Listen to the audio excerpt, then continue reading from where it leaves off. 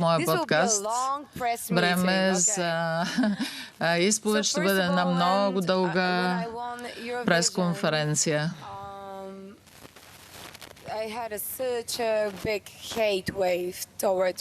Значи, първоначално ме заля огромна вълна на хейт, огромна вълна на омраза. Това е първият път, в който някой печели и вота на журито, и този на публиката. Как се чувстваш от това? How should I know? Изобщо нямам представа.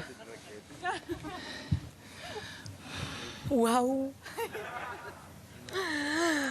Mama, we made it. Мамо, успяхме да го направим, успяхме. I don't know.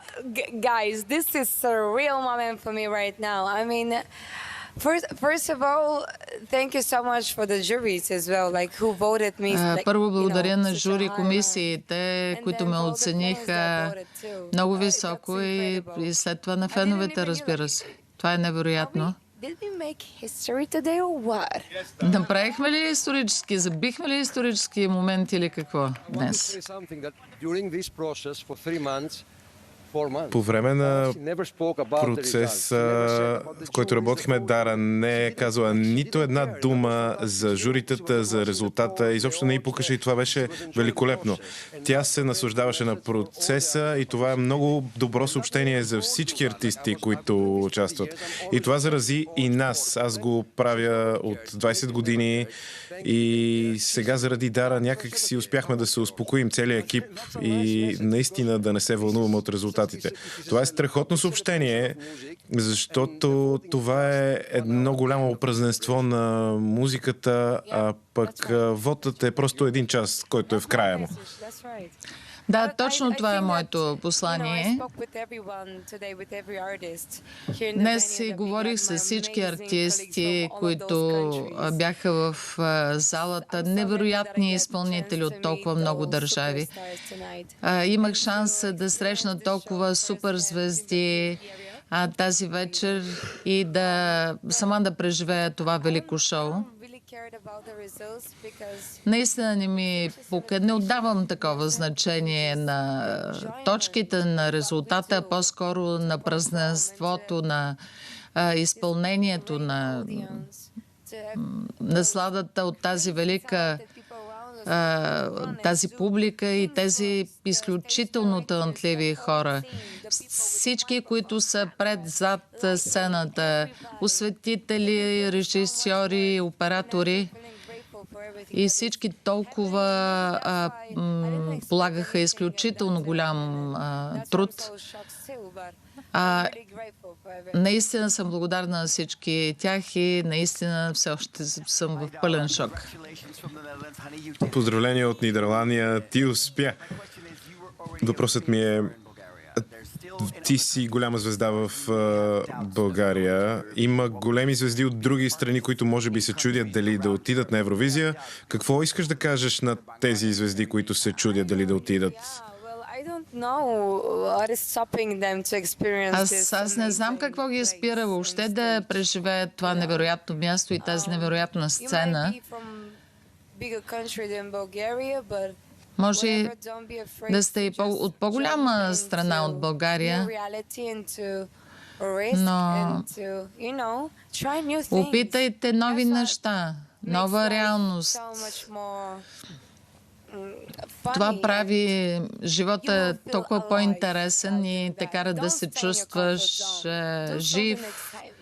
Не стой в своята комфортна зона. Създай си преживявания, вълнение. Поздравления. Много сме щастливи за теб. Моят въпрос е: ти си малко от хората, които не бяха смятани за фаворити, но имам тук един приятел, който абсолютно беше категоричен през цялото време. Дара ще спечели. България ще спечели. Yeah, but I've been so focused on doing the movements, right? I didn't even think of winning or some, you know? Аз толкова бях съсредоточена да правя правилните движения, да правя правилните физиономии, да следвам стъпките през всеки момент от режисурата, че изобщо не ми е минало през ума какви точки ще спечеля и как ще бъда оценена. And of the creation of this energy.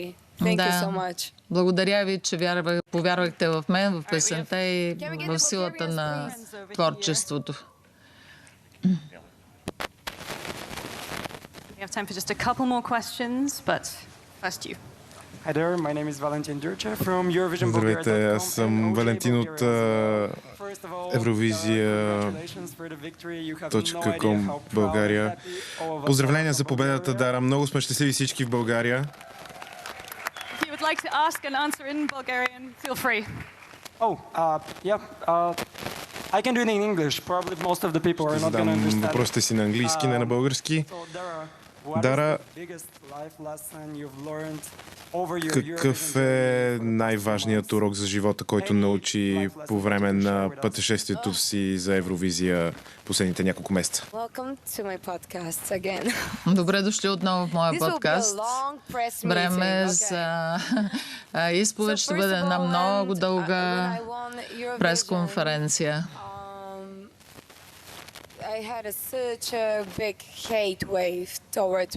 Значи, първоначално ме заля огромна вълна на хейт, огромна вълна на омраза, след като бях избрана за представител на Евровизия. Аз изпаднах в криза, емоционална и психическа. Моя съпруг е абсолютен свидетел.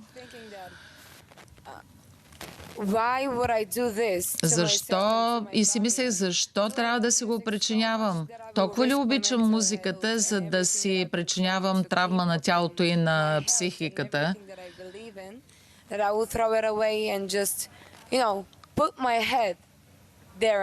Или пък трябва да... Но след това преспах няколко часа и се събудих наспана и по-добре. И тогава мъжът ми каза, сигурен съм, че ще отидеш на Евровизия. И аз му казах, знаеш ли, наистина, отивам на Евровизия и ще дам всичко от себе, всичко, на което съм способна. И след като имахме вече песен, си казах, аз вече съм победител, защото това е точно моята песен, моето парче. И още повече съм щастлива, че ще натрупам опит от такава огромна сцена и ще мога да споделя условното послание, което искам да ви кажа. Любовта винаги побеждава, а не страха. Pozdrav, Dara, i svaka čast. Ja sam Gabor Vereš iz Radio Novi Sad. Oh my God! We're gonna leave now, so we just want to say goodbye. Oh, I'm so sorry. Please hold. Това са танцорите на Дара, които тръгват очевидно.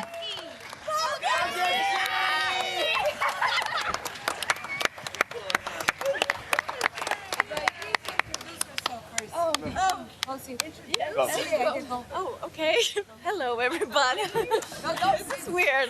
Am I the winner of Eurovision Song? Това е доста странно. Аз ли съм победител на Евровизия? Аз съм Еления. Лиса. Аз съм Матео.